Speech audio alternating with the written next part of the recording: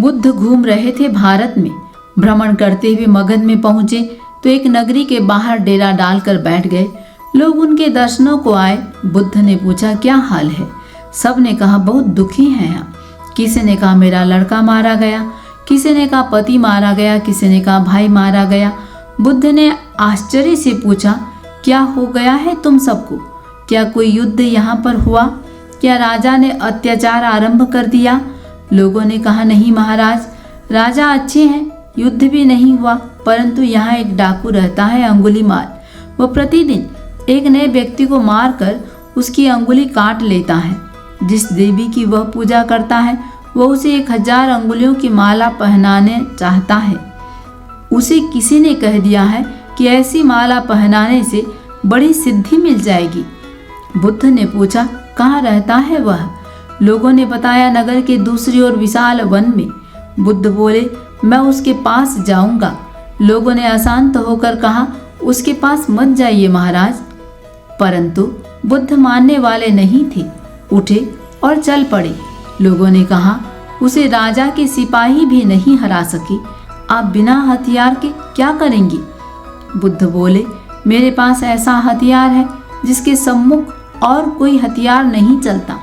और वे नगर को पार करके जंगल में पहुंचे। सुनसान और वीरान वन था वह, अत्यंत भयानक। कहीं कोई व्यक्ति नहीं, कोई पशु नहीं। बुद्ध चलते गए। पर्याप्त आगे जाकर एक बूढ़ी स्त्री मिली। बुद्ध ने पूछा, माँ, क्या तुम जानती हो कि अंगुलीमाल डाकू इस वन में कहाँ रहता है? बूढ़ी स्त्री ने कहा, जानती हूँ पुत्र, परंतु आगे मत जा, वापस चला जा यहाँ से। अंगुलीमाल मनुष्य नहीं, राक्षस है, वह तुम्हारा वध किए बिना मानेगा नहीं। बुद्ध हंसते हुए बोले, ऐसी क्या बात है माँ, वह मेरी हत्या क्यों करेगा? बूढ़ी स्त्री ने कहा, तू जानता नहीं है बेटा, 1,000 अंगुलियों को वह एकत्रित करना चाहता था। आज अंतिम रात्रि है, आज उसे देवी की पूजा करनी है, उसे माला पहननी है और माला में 1 अंगुली अभी कम है। आज प्रातः काल से ही किसी व्यक्ति को खोजता फिरता है। मैं उसकी माँ हूँ। मैंने पूछा, यदि रात्रि तक कोई व्यक्ति न मिला तो क्या करेगा तू? वह बोला कि सायंकाल तक यदि कोई व्यक्ति न मिला तो तुझी को मार डालूंगा, तेरी अंगुली काट कर माला में पिरो दूंगा। मैं ऐसी डरी कि सायंकाल होने से पूर्व ही घर छोड़कर भाग उठी। अपनी माँ को नहीं छोड़ता वह, तो तुझे कैसे छोड़ेगा? वापस चला जा यहाँ से।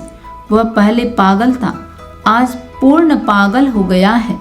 बुद्ध बोले, मुझे मरने का डर नहीं है, मैं उसे मिलूंगा अवश्य। तुम बताओ वह रहता कहाँ है?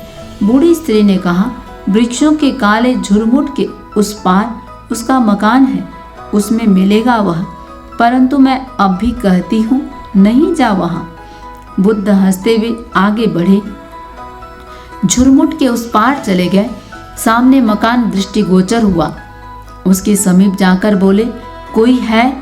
अंदर से हुंकार की आवाज आई। थोड़ी देर में अंगुलीमाल बाहर आया, हाथ में तीक्ष्ण तलवार लिए। द्वार के बाहर आकर बोला, कौन हो तुम? बुद्ध बोले, क्या तुम ही अंगुलीमाल हो? डाकू ने चिल्लाकर कहा, हाँ, तुम्हारी मृत्यु तुम्हें यहाँ ले आई है, मैं तुम्हारी गर्दन काटूंगा। बुद्ध हंसते हुए बोले, मैं गर्दन ही कटवाने आया हूँ, इसलिए आया हूँ कि तुम्हारी पूजा पूरी हो जाए। आगे बढ़ो, काटो यह गर्दन। और उन्होंने गर्दन झुका दी। अंगुलीमाल प्रसन्नता से चिल्लाकर आगे बढ़ा, तलवार उठाकर। परंतु यह क्या, तलवार वाला हाथ जहाँ का तहाँ रुक गया। कांपते हुए उसने कहा, यह क्या हो गया मुझको? कौन हो तुम? बुद्ध बोले, मैं हूँ गौतम। डाकू ने तलवार फेंक दी। आश्चर्य से बोला, आप ही क्या गौतम बुद्ध हो? आप ही क्या मरने के लिए आए हो? बुद्ध ने कहा, हाँ, मैं गौतम बुद्ध हूँ, मैं मरने के लिए आया हूँ। अंगुलीमाल कांपती हुई आंसू भरी आवाज में बोला, मुझे माफ कर दो गौतम, मैंने बहुत पाप किए हैं, मेरे पापों का कोई प्रायश्चित नहीं। गौतम आगे बढ़े, उसके माथे को छूकर बोले, घबराओ नहीं, मैं तुम्हारे पाप नष्ट कर दिए, मैंने तुम्हारे मन को बदल दिया। यही अंगुलीमाल बाद में भिक्षु बना, लंका में जाकर बौद्ध धर्म का प्रचार उसने किया।